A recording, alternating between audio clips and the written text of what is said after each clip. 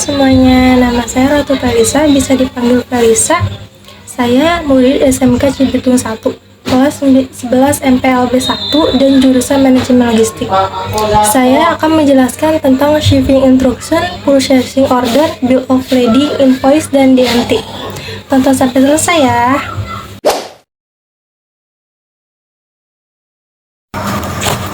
Pengertian shipping instruction atau SI merujuk pada BUIKO adalah dokumen yang berisi informasi detail dengan pengiriman dan petunjuk logistik. Dokumen ini dibuat oleh eksportir dan diberikan kepada operator atau forwarder kargo yang selanjutnya akan bertanggung jawab untuk mengatur transportasi dan logistik sesuai dengan petunjuk yang diberikan. Fungsi shipping instruction. Sesuai penjelasan di atas, diketahui bahwa fungsi shipping instruction adalah memberikan informasi tentang pengiriman. Namun, pada dasarnya, shipping instruction sendiri memiliki beberapa fungsi. Merangkum dari beberapa sumber, berikut ini 10 fungsi dari shipping instruction. Memberikan informasi tentang kargo yang akan dikirimkan kepada operator atau forwarder kargo. Memberikan informasi tentang pihak-pihak yang terlibat dalam pengiriman kepada operator atau forwarder kargo. Menunjukkan detail persyaratan untuk transportasi kargo kepada operator atau forwarder kargo. Membuat bill of lading yang merupakan dokumen pengangkutan utama yang digunakan dalam pengiriman. Ketika membahas tentang pengertian shipping instruction, disebutkan bahwa dokumen tersebut memberikan beberapa informasi seperti nomor kontainer, nomor segel, jenis paket, dan kode HS komoditas. Namun, selain 4 informasi tersebut, masih ada beberapa informasi lain yang termuat dalam shipping instruction, seperti disebutkan secara lengkap berikut ini. Terdapat nama dan alamat pengirim, nama dan alamat penerima, nomor pengiriman, nomor kontainer, jumlah total paket, jenis paket yang dikirimkan, berat kotor kargo, syarat pembayaran, deskripsi kargo, detail wajib lainnya sesuai dengan peraturan bea cukai setempat, atau terkait dengan negara ekspor dan impor. Dipertanyakan siapa yang membuat shipping instruction? Shipping instruction dibuat oleh eksportir atau pengirim barang setelah melakukan kesepakatan dengan importir atau penerima barang mengenai syarat-syarat pengiriman barang. Eksportir atau pengirim barang harus membuat shipping instruction dengan teliti dan lengkap, agar tidak terjadi kesalahan atau kekurangan informasi yang dapat menghambat proses pengiriman barang. Pengertian purchase order adalah dokumen yang dibuat oleh pembeli untuk menunjukkan barang atau jasa yang hendak dibeli dari penjual. Dokumen ini bersifat resmi dan berisikan kontak yang membentuk kesepakatan antara pembeli dan penjual. Pembeli membuatnya sebelum melakukan transaksi bisnis untuk menghindari kesalahan harga pembelian barang. PO atau purchase order ini membuat daftar barang-barang yang hendak dibeli. Sementara itu, untuk pihak penjual, PO berfungsi sebagai bukti kontrak terkait transaksi yang dilakukan. Barang akan dikirimkan sesudah penjual sudah menerima dokumen tersebut. Sekarang ini membuat PO bisa lebih mudah dengan bantuan aplikasi. Ada banyak akun payable software yang dapat digunakan untuk menunjang kelancaran bisnis. Fungsi dari purchase order atau PO: 1. Mencegah double order, 2. Meminimalkan kesalahan order dan pengiriman, 3. Sebagai bukti transaksi dan informasi data. Barulah dokumen tersebut digunakan oleh penjual untuk melakukan pemeriksaan akan kesanggupannya memenuhi permintaan. Terdapat beberapa aspek yang wajib diperhatikan. Pemesanan wajib mencantumkan identitas perusahaannya dengan benar dan jelas. Sertakan informasi mendetail tentang barang-barang yang dipesan, mulai dari merek, jumlah, nama barang, dan sebagainya. Sertakan juga nama supplier pilihan. Sebutkan media tempat mengiklankan produknya apabila dirasa perlu. Sebutkan bentuk serta jumlah pesanannya dengan lengkap. Jika perlu, buat daftar di tabel sehingga lebih mudah melakukan penelusuran dan pelayanan. Jelaskan cara pengiriman yang diinginkan, waktu yang harus dipenuhi, metode pembayaran, dan informasi terkait lainnya. Cantumkan juga nomor, sehingga bisa sewaktu-waktu melakukan penelusuran jika mengalami permasalahan. Pastikan bahwa PO Anda memiliki semua informasi yang dibutuhkan, serta format yang beragam untuk menghindari miskomunikasi dengan vendor. Cara membuat dan mencetak bill of lading. Bill of Lading atau BOL menyediakan pengemudi dan pengangkut dengan perincian yang dibutuhkan untuk memproses pengiriman barang dan menagih pengiriman dengan benar. BOL berfungsi sebagai tanda terima dan kontrak. Membuat Bill of Lading, akses tabel Bill of Lading, dua cara. Dari dashboard, klik tab operasi gudang, klik aplikasi pemenuhan, lalu klik tabel Bill of Lading. Dari tindakan cepat, tekan titik pada ketik papan Anda, lalu pilih Bill of Lading. Dari daftar tindakan cepat, klik tombol buat baru di kanan atas layar, membuat Bill of Lading baru akan muncul. Pilih lini bisnis yang berisi pesanan dan paket yang akan dikirim. Jika Anda membuat BOL untuk pesanan tertentu, pilih pesanan. Setelah memilih pesanan, kolom lain di layar akan terisi berdasarkan pesanan yang dipilih. Misalnya, kolom nomor BOL akan menggunakan nomor pesanan untuk mengatur nomor BOL, tetapi dapat diedit. Masukkan nomor BOL untuk pengiriman. Nomor BOL adalah nomor identifikasi yang ditetapkan oleh pengirim berdasarkan standar identifikasi global GS1. Di kolom tanggal BOL, pilih tanggal BOL ini. Kirim dari, di bagian ini menunjukkan asal pengiriman, rincian nama, dan alamat akan terisi otomatis jika pesanan dipilih. SID adalah ID pengiriman. Apakah VOB pengiriman adalah bidang yang benar atau salah? Benar, menunjukkan bahwa VOB atau Free On Board didasarkan pada alamat pengiriman dari Free On Board adalah titik saat hak milik barang dipindahkan dari pengiriman ke penerima. Rincian pengangkut, masukkan informasi untuk pengangkut yang akan mengangkut kiriman. Nama pengangkut akan terisi otomatis jika pesanan dipilih. Nomor Taylor, nomor segel, STAC atau standar carrier alpha kode Prono digunakan apabila pengikut LTL kurang dari muatan truk mengangkut kiriman. Keterlambatan tujuan pengiriman, rincian nama dan alamat akan terisi otomatis jika pesanan dipilih. Terdapat nomor lokasi pengiriman, CID atau Consegue Identification Number. Dan apakah situ VOB adalah kolom benar atau salah? Istilah biaya angkutan. Lihatlah bagaimana biaya angkutan dibayar. Terdapat prabayar, ambil, pihak ketiga, dan tagihan. Kedatangan kepada siapa pengiriman harus ditagih. Guru BOL pada kolom apakah ini BOL master, pilih benar atau salah. Jika BOL master diperlukan, pilih benar. Jika membiarkan kolom kosong, maka akan menjadi salah secara default. Jika Anda memilih salah pada bidang di atas dan ingin menghubungkan BOL ini ke BOL master, pilih BOL master. Jika Anda ingin menampilkan informasi rinci tentang pesanan pelanggan, klik tautan tambah, masukkan informasi yang diperlukan dan klik OK. Catatan, beberapa kolom akan terisi otomatis jika pesanan dipilih di atas. Terdapat nomor pesanan pelanggan, yaitu nomor yang dibuat oleh pelanggan untuk mengidentifikasi pesanan. Nomor paket, jumlah paket atau karton individu dalam pengiriman, yaitu berat, palet, atau sheet. Info pengirim tambahan, informasi lain yang diminta oleh pelanggan. Ruang ini juga dapat digunakan untuk mendokumentasikan instruksi khusus jika diperlukan ruang tambahan. Untuk memasukkan rincian tambahan tentang pengiriman, klik tautan tambah, masukkan informasi yang diperlukan, dan klik OK. Berikut adalah rincian tentang pengiriman yang sebenarnya. Total karton atau jenis unit yang dapat dikirim, atau tangki, roll, dan lain-lain. Total palet, berat, barang berbahaya, dan kelas barang. Catatan, beberapa kolom akan terisi otomatis jika pesanan dipilih di atas. Terdapat kualitas HU, tipe HU, jumlah paket, jenis paket, berat, apakah bahan berbahaya, deskripsi komoditas, nomor NVMC, kelas, dan beban trailer.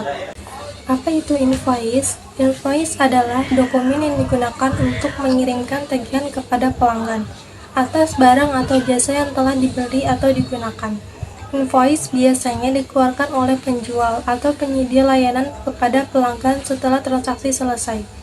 Tujuannya adalah memberikan catatan yang jelas tentang apa yang telah dibeli atau digunakan oleh pelanggan, serta jumlah yang harus dibayarkan.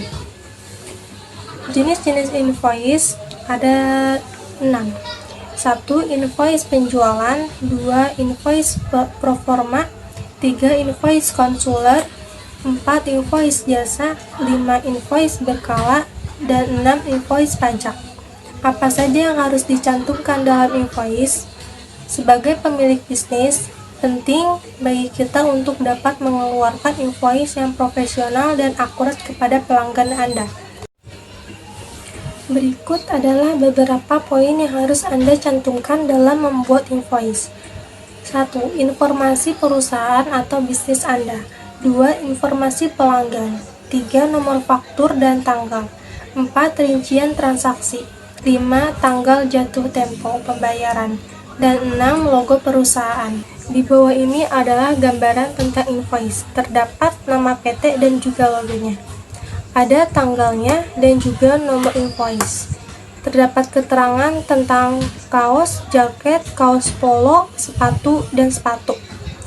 Terdapat harganya, JML, dan total. Dan ada pembayaran, nama subplot dan KO. Dan terdapat juga nomor rekening, subtotal, pajak, dan total. Saya akan menjelaskan tentang transportasi dan distribusi. Peran transportasi. Dalam sistem logistik, transportasi berperan dalam perencanaan, penjadwalan, dan pengendalian aktivitas yang berkaitan dengan moda, vendor, dan pemindahan persediaan masuk dan keluar suatu organisasi. Tujuan transportasi terdapat yaitu untuk membawa bahan dan barang, untuk menyediakan penyimpanan sementara di gudang persediaan transit, dengan biaya minimal waktu, uang, dan degradasi lingkungan. Pergerakan produk. 1. Penggunaan waktu yang efisien. Penggunaan waktu yang efisien adalah salah satu faktor keberhasilan dalam mengembangkan strategi transportasi, karena persediaan dalam transit tidak tersedia pada proses produksi atau untuk penjualbelikan kepada pelanggan. Trade-off biaya transportasi terhadap biaya persediaan. 2. Efisien penggunaan uang. Biaya kendaraan, biaya supir atau operator, biaya operasional kendaraan, biaya umum dan administrasi, biaya keamanan dan asuransi. 3. Minimalisasi bahaya terhadap lingkungan. Di bawah ini terdapat penyimpanan sementara, yaitu penyimpanan jangka pendek, fasilitas penyimpanan yang sudah penuh, perubahan tujuan. Dan di sini terdapat stakeholder transportasi, yaitu publik, pemerintah, armada pengangkut carrier, pengirim shipper, penerima atau penerima barang, consignee. Moda transportasi. Secara umum, moda transportasi dibedakan atas kereta api, truk, transportasi air, transportasi udara, dan pipa. Pemilihan moda merupakan permasalahan yang penting.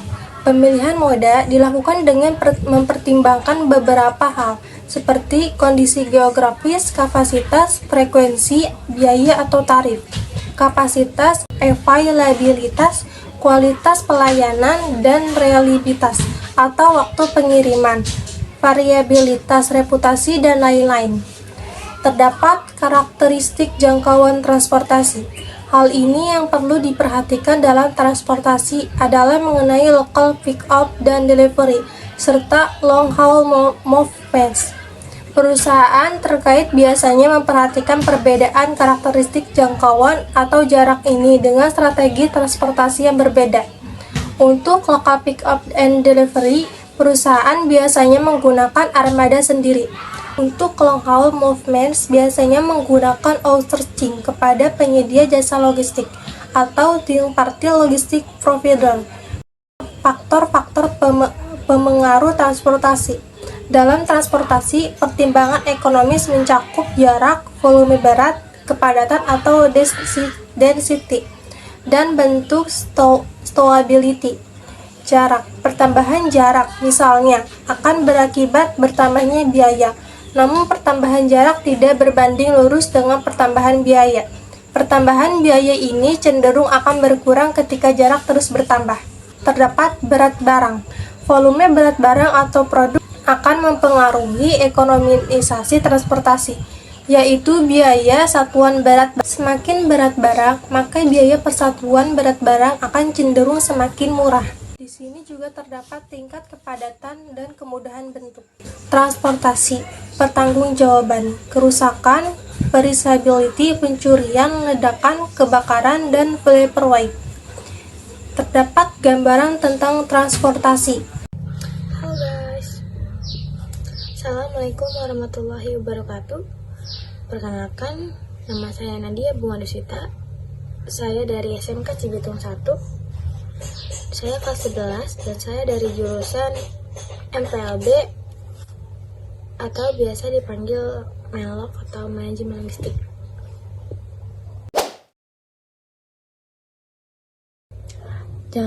Jangan lupa ditonton sampai selesai ya guys. Bye bye. Terima kasih. Pengantar manajemen rantai pasok. Definisi dan konsep dasar manajemen rantai pasok adalah serangkaian proses dan aktivitas yang terintegrasi untuk merencanakan, melaksanakan, mengendalikan, dan memantau aliran barang, jasa, dan informasi dari tahap awal hingga tahap akhir dalam rantai pasok. Tujuannya adalah untuk memastikan bahwa produk atau jasa tersedia pada waktu yang tepat, dalam jumlah yang tepat, dengan biaya yang optimal, dan mencapai kepuasan pelanggan yang tinggi. Manajemen rantai pasok melibatkan berbagai pihak yang terlibat dalam aliran barang dan informasi, termasuk pemasok, produsen, distributor, pengecer, dan konsumen. Koordinasi yang baik di antara semua pihak ini sangat penting untuk mencapai efisiensi dan ketepatan dalam rantai pasok. Tujuan dari manajemen rantai pasok adalah untuk mencapai kinerja operasional yang optimal, mengurangi biaya, meningkatkan kepuasan pelanggan, dan mencapai keunggulan kompetitif. Beberapa manfaat dari manajemen rantai pasok yang efektif adalah 1. A. Efisiensi operasional. B. Peningkatan kualitas layanan. C. Pengurangan biaya. D. Peningkatan responsif terhadap perubahan pasar. E. Keunggulan kompetitif. F. Peningkatan kapasitas tenaga. KPI dalam rantai pasok adalah metrik dan indikator yang digunakan untuk mengukur kinerja dan hasil dari berbagai proses dan fungsi dalam rantai pasok. Dan sheet scorecard adalah alat mengukur kinerja yang holistik yang membantu perusahaan dalam mengukur kinerja dari berbagai perspektif, termasuk perspektif keuangan, pelanggan, proses internal, dan pembelajaran yang bertumbuhan. Dalam konteks rantai pasok, balance sheet scorecard dapat membantu perusahaan dalam mengukur kinerja dari beberapa aspek kritis seperti efisiensi operasional, kualitas layanan pelanggan, kepuasan pelanggan, dan inovasi dalam proses bisnis. Surat jalan atau delivery order dibuat setelah adanya pemesanan barang yang dilakukan customer. Pembuatan DO umumnya dilakukan oleh bagian gudang atau warehouse staff karena mereka akan menyiapkan barang dan mengatur cara packing yang efektif. Misalnya beberapa barang dijadikan satu kotak sehingga ongkos pengiriman pada ekspedisi dapat lebih murah. Apa itu surat delivery order atau PO penjualan atau DO pengiriman?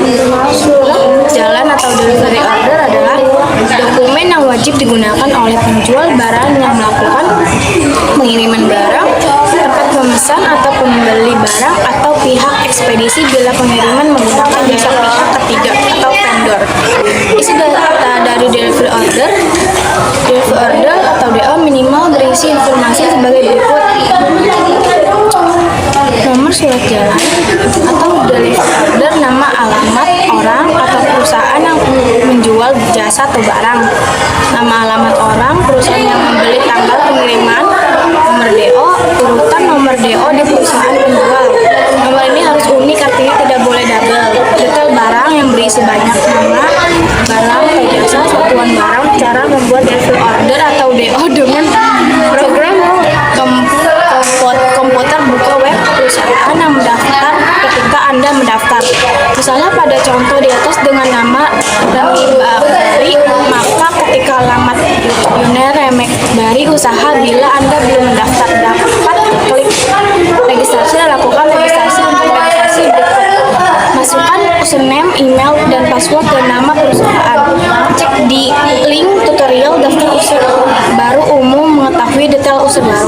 Cara membuat data barang yang akan dikirim melalui dev order, klik pada menu penjualan. Pada menu kedua yang akan di sebelah kiri, klik pada barang seperti contoh gambar di atas dua ini.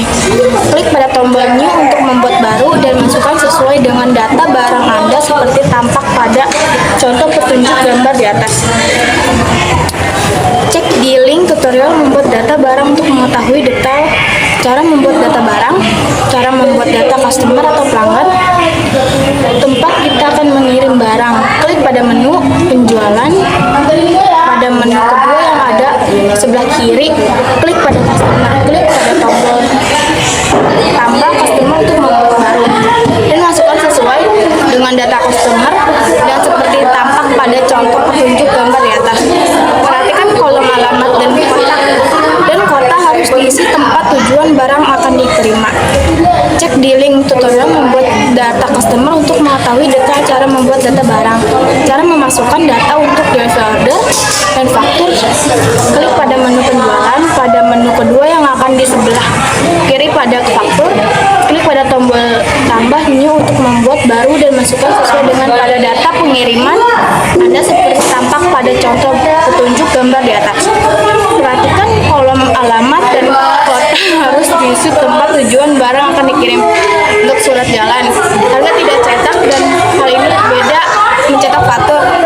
Setelah selesai, lakukan tekan tombol save di bagian bawah.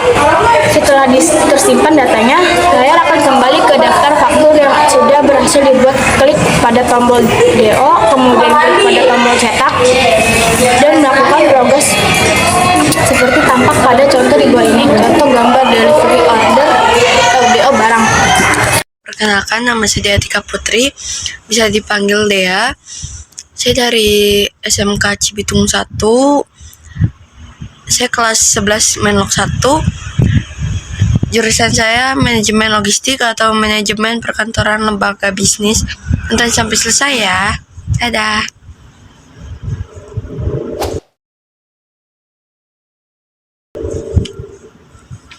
Di sini saya akan menjelaskan apa itu surat jalan. Surat jalan merupakan dokumen utama dalam proses pengiriman yang harus ada pada genggaman pengendara truk atau ekspedisi.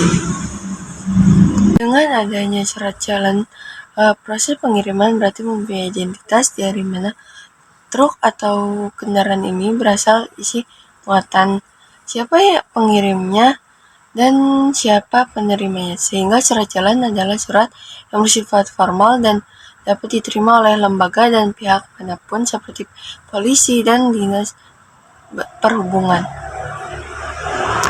Pengiriman tidak ada surat jalan, tentu pengiriman berubah statusnya menjadi ilegal dan jika ketahuan akan tertangkap. Surat jalan adalah salah satu peraturan yang pihak perusahaan dan pembeli harus patuhi dalam melakukan kegiatan pengiriman. Dan tidak lupa tugas dari pengirim yang harus membawa surat jalan agar pengiriman tidak berubah menjadi status legal. Surat serah terima jabatan merupakan dokumen yang diterbitkan untuk mencatat pelaksanaan kegiatan serah terima jabatan. Dokumen ini bisa dibuat instansi maupun perusahaan. Apa itu surat serah terima jabatan? Surat serah terima jabatan dikenal juga sebagai berita serah terima jabatan antara pegawai lama dan pegawai baru. Fungsi dan aktivitas pergudangan atau warehousing. Pengertian dan fungsi pergudangan. Pergudangan, kegiatan yang berkaitan dengan penerimaan, penyimpanan, dan pengiriman bahan ke dan dari proses produksi atau lokasi distribusi, istilah APICS. Fungsi pergudangan, terminal, konsolidasi, pusat distribusi, operasi bulk, gudang in transit missing, operasi cross dock, receiving, menerima seluruh barang yang masuk ke dalam warehouse, memastikan jaminan bahwa kuantitas dan kualitas barang sesuai dengan dokumen yang diorder. Pengecekan transportasi, manajemen penerimaan barang. 1. Pengiriman langsung ke tujuan tenaga kerja yang minim waktu yang singkat, mengurangi terjadinya kecelakaan atau kesalahan, mirip just in time atau cheat. 2. Penerimaan terjadwal. Optimalisasi penerimaan barang berkenaan dengan pemakaian loading, tenaga kerja, peralatan, dan ruang penyimpanan. Diperlukan WMS untuk mengontrol keseimbangan penerimaan dan pengiriman barang. 3. Ada penerimaan. 1. Penjenisan palet dan peralatannya, dokumen dan label yang telah tercetak, optimalisasi penyimpanan dan rencana transportasi. Ada juga put away, adalah proses penempatan barang pada lokasi penyimpanan, biasanya dilakukan pada rak tinggi. 1. Direct put away. Direct put away langsung ke lokasi picking atau penyimpanan. 2. Pengurangan penumpukan barang dan aktivitas infeksi. Yang kedua ada directed put away. 1. WMS akan memberikan arahan lokasi penyimpanan dan dilakukan oleh operator. Ada juga storage atau penyimpanan barang. Storage adalah aktivitas penyimpanan barang di area penyimpanan. Penyimpanan tidak harus di atas palet, dapat dilakukan di dalam rak-rak kecil, pigeonhole,